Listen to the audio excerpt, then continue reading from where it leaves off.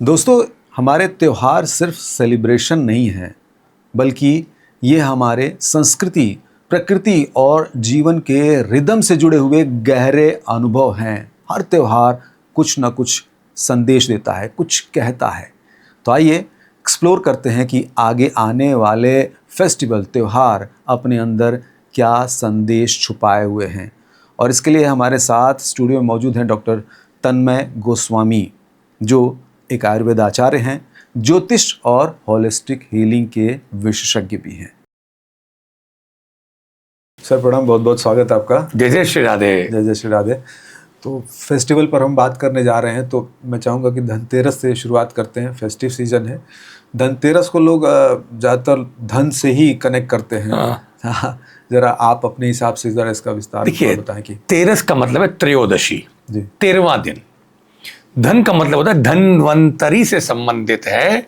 इसका धन से कोई लेना देना नहीं है।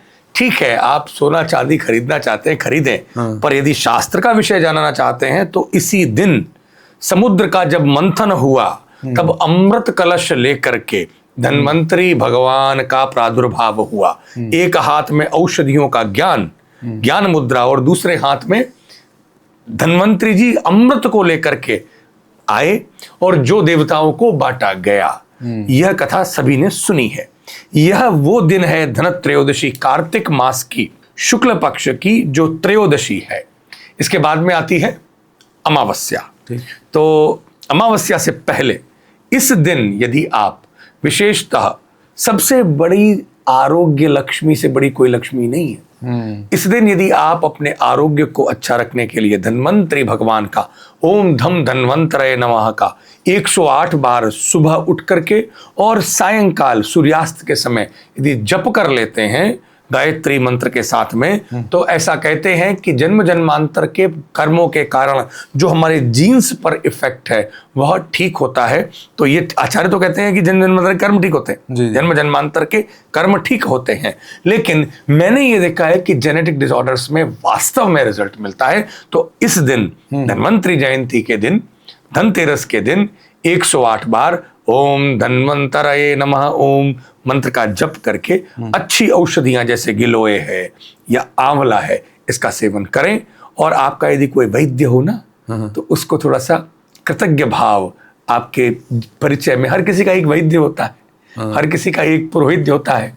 वैसे इस दिन वैद्य को प्रणाम करने का दिन है, धन्वंतरी रूप में उसको सम्मान देने का दिन है। सब कुछ आप पैसे से नहीं ले सकते। कभी कभी दिल और हृदय जुड़ जाने से दवाएं और काम करती हैं। और स्वास्थ्य बड़ा धन और क्या है, भगवान धन्वंतरी स्वास्थ्य के देवता, सबसे बड़ा हेल्थ इज ए वेल्थ।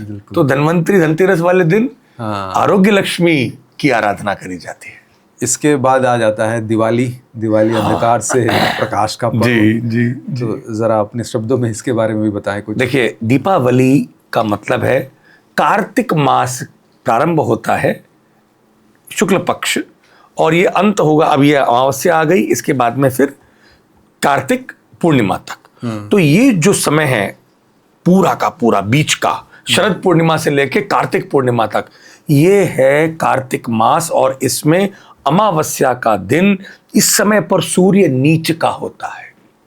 सूर्य नीच का होता है, लेकिन एक अगस्त्य तारा आकाश में निकलता है, कोनोपस स्टार।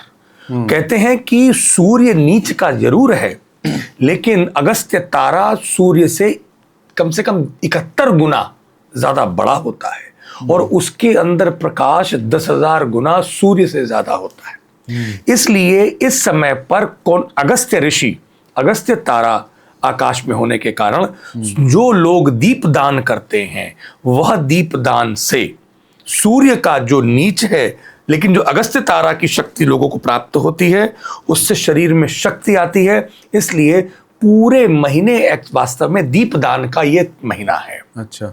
और इसका संबंध अगस्त्य तारा से है।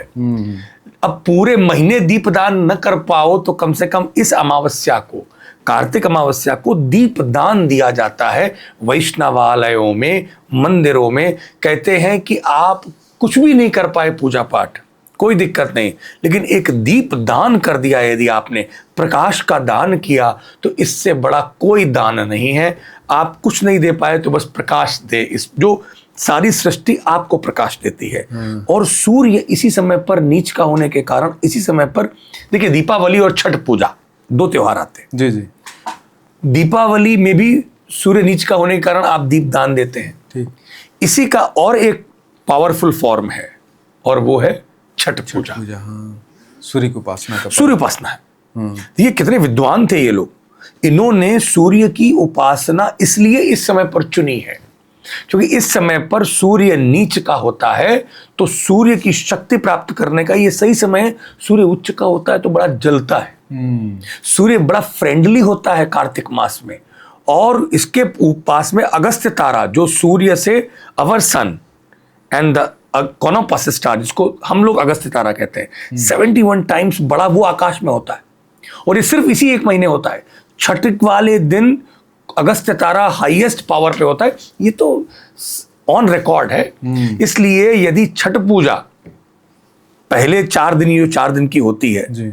ये 4 दिन कायदे से कर ली जाए तो, और स्पेशली तीसरे दिन जब सूर्य अस्त की पूजा अर्घ्य दिया जाता है और चौथे दिन जो सूर्य उदय पर दिया जाता है, आप जो व्यक्ति कायदे से छठ पूजा कर ले, अब वो चाहे किसी भी प्रांत का हो, अच्छा, वो व्यक्ति जीवन में कुछ भी हो जाए हारेगा नहीं।